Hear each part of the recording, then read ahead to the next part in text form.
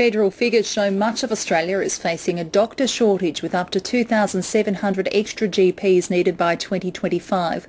But one recruitment firm says the government's own program to locate overseas trained GPs in what's called districts of workplace shortages is flawed.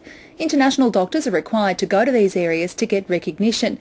But Jessica Fryett-Tigges from Health Staff Solutions says there are other less remote regions that can't get doctors.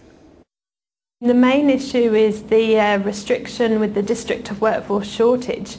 There's a lot of regional and rural towns and even outer metropolitan towns that don't have this district of workforce shortage status, which is issued to them by the Department of Health and Ageing, and they're in desperate need of doctors, but unfortunately we are unable to recruit to them because it isn't classified as a district of workforce shortage.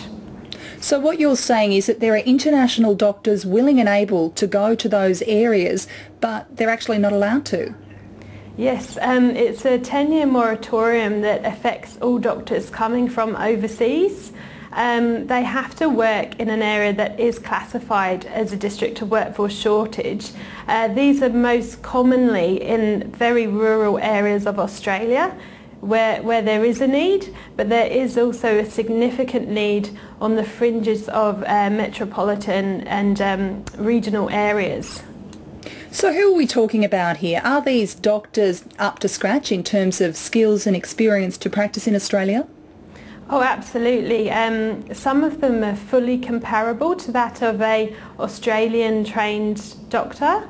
Some of them do need to have a certain level of supervision, perhaps for 12 months before they can become comparable, but they have all undertaken, the necessary qualifications to practice medicine and clinically advise patients.